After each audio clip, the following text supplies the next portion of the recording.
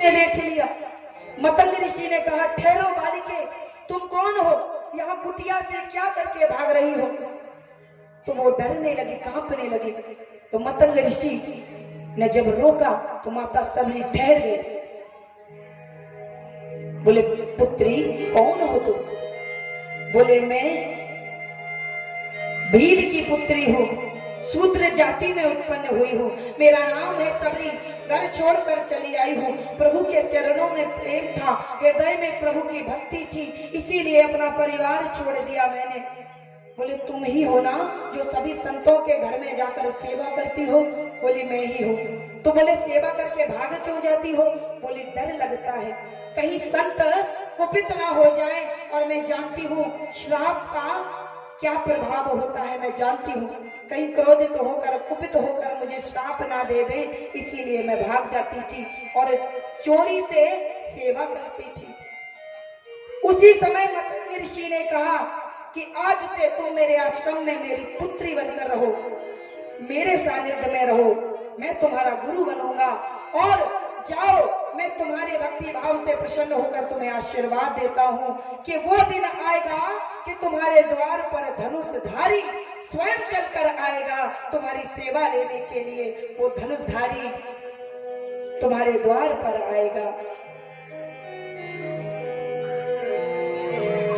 और जैसे ही आशीर्वाद दिया, सबरी प्रसन्न होकर झूमने लगी, नृत्य करने लगी, और जब गुरु की सेवा करने लगी तो भक्ति और बढ़ गई, और जब भक्ति भाव बढ़ गया तो प्रभु की सेवा में निरंतर लगी रहती। अपने बाल्यकाल को प्रभु की सेवा में निकाल दिया, यौवनावस्था को भी प्रभु की सेवा में निकाल दिया, अब तीसरी अवस्था आ गई।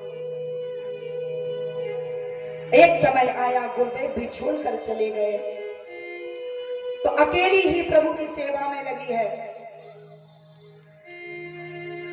और प्रभु की सेवा करती रहती है, निरंतर करती रहती है। शरीर की सुध भूल जाती है, लेकिन भगवान की सेवा करना नहीं छोड़ती।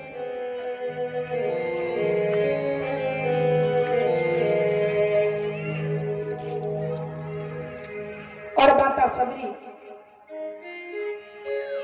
नैष्ठिक ब्रह्मचर्य का पालन करते हुए प्रभु की सेवा में लगी हैं। रोज अपने मार्ग को साफ करती हैं कि प्रभु आएंगे, क्योंकि गुरु ने कहा है, गुरु के शब्दों में निष्ठा है, विश्वास है, इसीलिए सोचती हैं कि भगवान जरूर आएंगे। भगवान के मार्ग को रोज साफ करती। संत, दूसरे संत जब वहां से निकलते तो कहते, सबरी धन्य है तू और धन्य है तेरी भक्ति।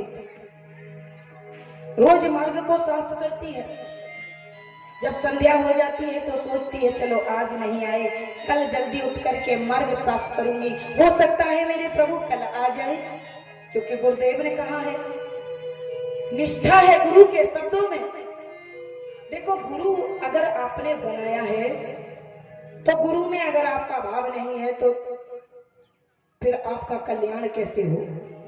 और अगर गुरु ही ऐसा है कि भाव रख ही नहीं सकती, गुरु आपको उस प्रकार नहीं मिला है जैसा मिलना चाहिए था, तो आप मंत्र में तो श्रद्धा रख ही सकती हो, मंत्र का जाप करो, क्योंकि मंत्र छोटा या बड़ा, शुद्ध या अशुद्ध नहीं होता।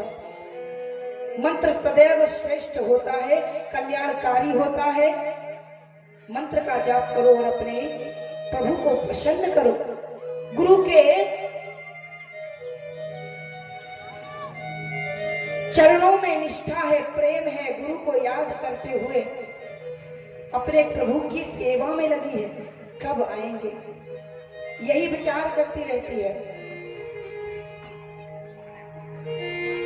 और सबरी ने सबको सिखाया भी है कि प्रभु की भक्ति कैसे करना चाहिए।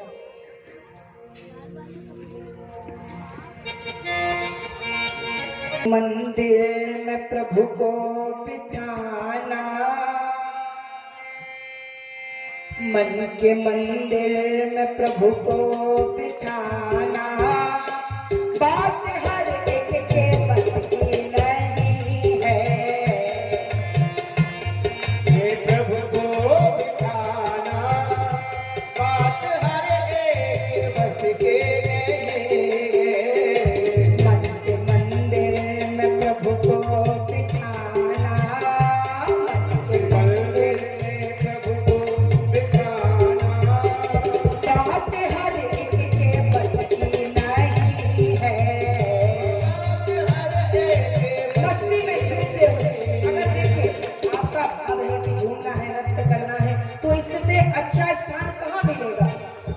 ये भगवान का दरबार है। भगवान की गोद में जब हम नृत्य नहीं कर पा रहे हैं तो कैसे पता चलेगा कि हमारा भाव प्रगाढ़ है, भक्ति बढ़ रही है।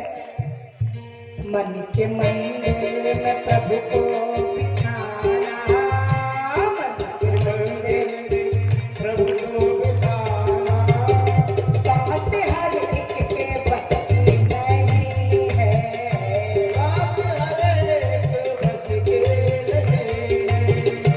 खेलना पड़ता है, खेलना पड़ता है, खेलना पड़ता है जिंदगी से, खेलना पड़ता है जिंदगी से। भक्ति इतनी भी सस्ती नहीं है, ओ भक्ति इतनी भी सस्ती नहीं है। मन के मंदिर में प्रभु को बिठाना, मन के मंदिर में प्रभु को बिठाना, बात हर एक के बस की नहीं है, बात हर एक के बस की नहीं है। आए हो झूमते हुए